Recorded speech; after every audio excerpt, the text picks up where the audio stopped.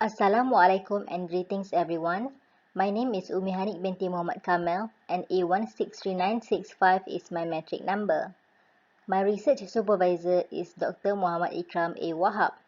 Today, I would like to present my research proposal entitled The Impact of Fasting Blood Sugar, FBS, Glycated Hemoglobin, HbA1c, and Risk Factors on Hypertension Prevalence in Perlis. Here is my presentation outline. First, the introduction. According to Z et al. 2019, hypertension is a global problem with high morbidity.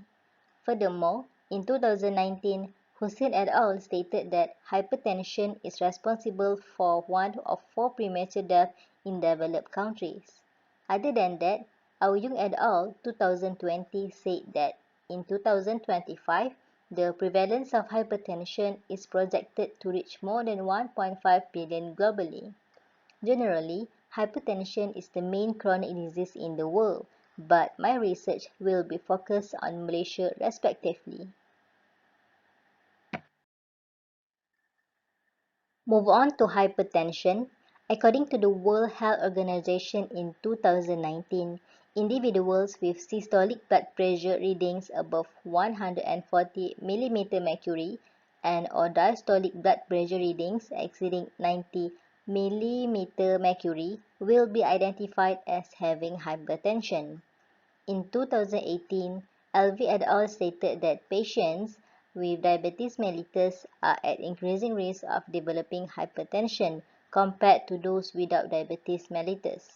Kawabara et al. In 2019 reported that there are 2 types of blood glucose tests that are potentially linked to hypertension, which are HbA1c test and fasting blood sugar.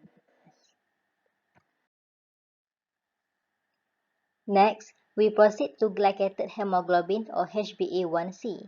HbA1c test was used to determine the average glucose concentration in blood plasma over the previous 3 to 4 months. The level of HbA1c is proportional to the concentration of glucose in the blood plasma. Hemoglobin is a protein in red blood cells that carries oxygen throughout the body, and the life cycle of the red blood cells is approximately 120 days. Glucose enters the bloodstream and the red blood cell. Glucose naturally binds to hemoglobin in red blood cells to form glycated hemoglobin.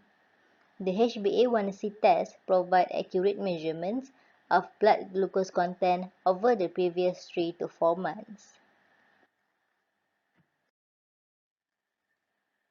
According to the Ministry of Health Malaysia in 2014, fasting blood sugar is one of the most important tests in the diagnosis of diabetes mellitus. This test is conducted to measure the level of sugar in the blood. Blood sample for this test is taken after an 8 to 12 hours or overnight fasting. Water intake is allowed during this fasting period. A healthy individual would expect its blood glucose level to increase during fasting and rebalance back to normal levels by the insulin hormone. A diabetic patient will have problems rebalancing the glucose level and causing the blood glucose levels to remain elevated. Fasting blood sugar levels of above 7 millimole per liter is an accepted criterion for diagnosis of diabetes mellitus. If the patient has symptoms of the disease, fasting blood sugar of more than 7 millimole per liter in one occasion is sufficient for diagnosis. However, fasting blood sugar must be elevated twice to confirm diagnosis if the patient is without any symptom of the disease.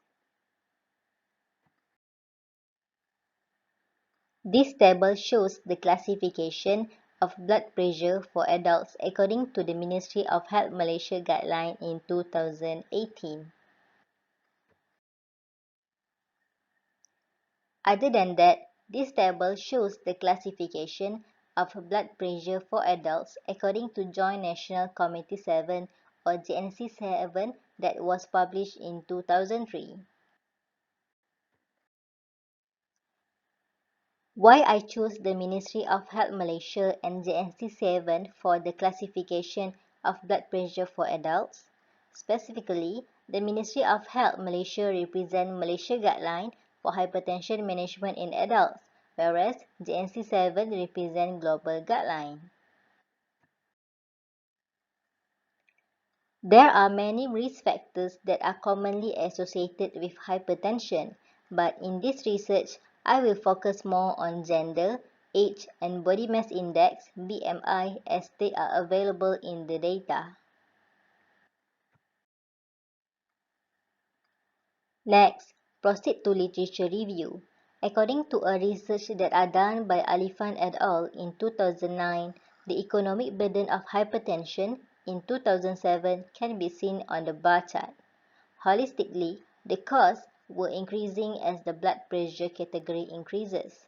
Hypertension is one of the most expensive diseases as far as treatment is concerned, as it generates higher healthcare expenses than those produced by individuals with normal blood pressure. After that, according to the Department of Statistics Malaysia in 2019, hypertensive diseases showed the highest percentage increase of 73.2% from 2017 to 2018.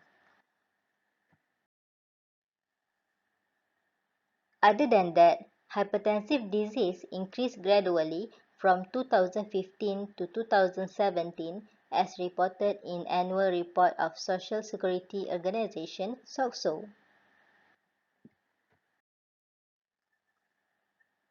Some research that are conducted by Di Bonito et al. 2011, Hyanza et al. 2015, and Elvi et al. 2018 reported that the fasting blood sugar was positively associated with blood pressure.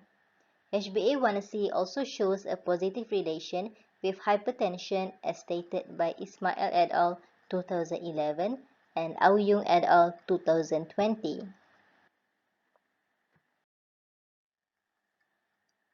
A study that are done by E. Gillis and C. Sullivan in 2016 indicates that men tend to have higher blood pressure compared to women. In 2019, Hussein et al. Reported that the prevalence of hypertension increases significantly with age, and Z et al. In 2019 stated that the prevalence of hypertension has reached 29.6% along with an increasing obesity rate in China. Now, move on to research justification. According to Anwar and Shah 2012, hypertension is the most common chronic disease in Perlis. Moreover, hypertension is the common comorbidity with diabetes mellitus that are associated with high level of fasting blood sugar and HbA1c as reported by Ismail et al. In 2011. The prevalence approach is good for measuring the hypertension burden, and the information will be used by the healthcare management in order to plan for healthcare needs.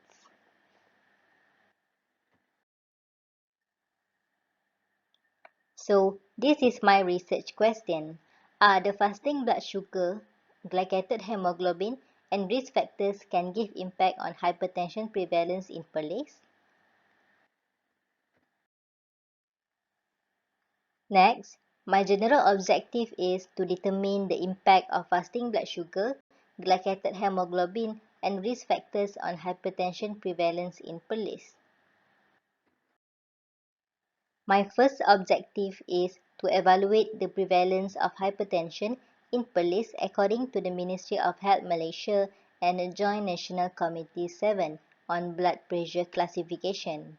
Next, to determine the association of fasting blood sugar and glycated hemoglobin with the hypertension prevalence in Perlis. And the last one is to assess the risk factors, gender, age, BMI, that affect the hypertension prevalence in Perlis.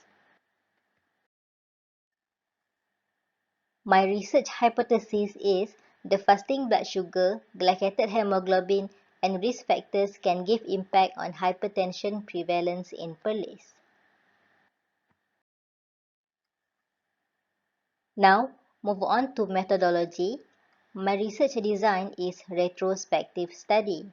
The sampling frame is the record of registered patients in tele-primary care system from 2010 to 2018 in Perlis. My research location is Perlis to reflect northern region of Peninsular Malaysia. So, here is my research flowchart. First of all, I will receive the data from tele-primary care system. Next, I select Perlis as my research region. After that, I will do the data cleaning by using Microsoft Excel in order to encounter redundant data. And the last but not least, statistical analysis will be performed by SPSS version 16 and RStudio. Have you wondered how many data that I deal with? Basically, I will deal with 5,485 clean data. Move on to the statistical analysis.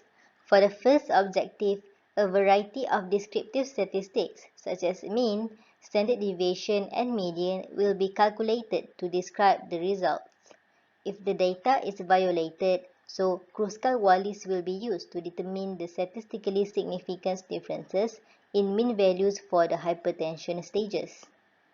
Pearson correlation will be used to determine the association of fasting blood sugar and glycated hemoglobin with the hypertension prevalence in Perlis. And for the third objective, I will use generalized linear model to assess the risk factors that contribute to the hypertension prevalence in Perlis.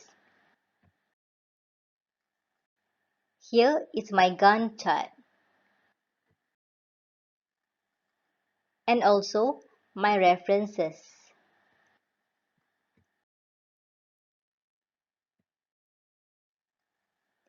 With that, I thank you.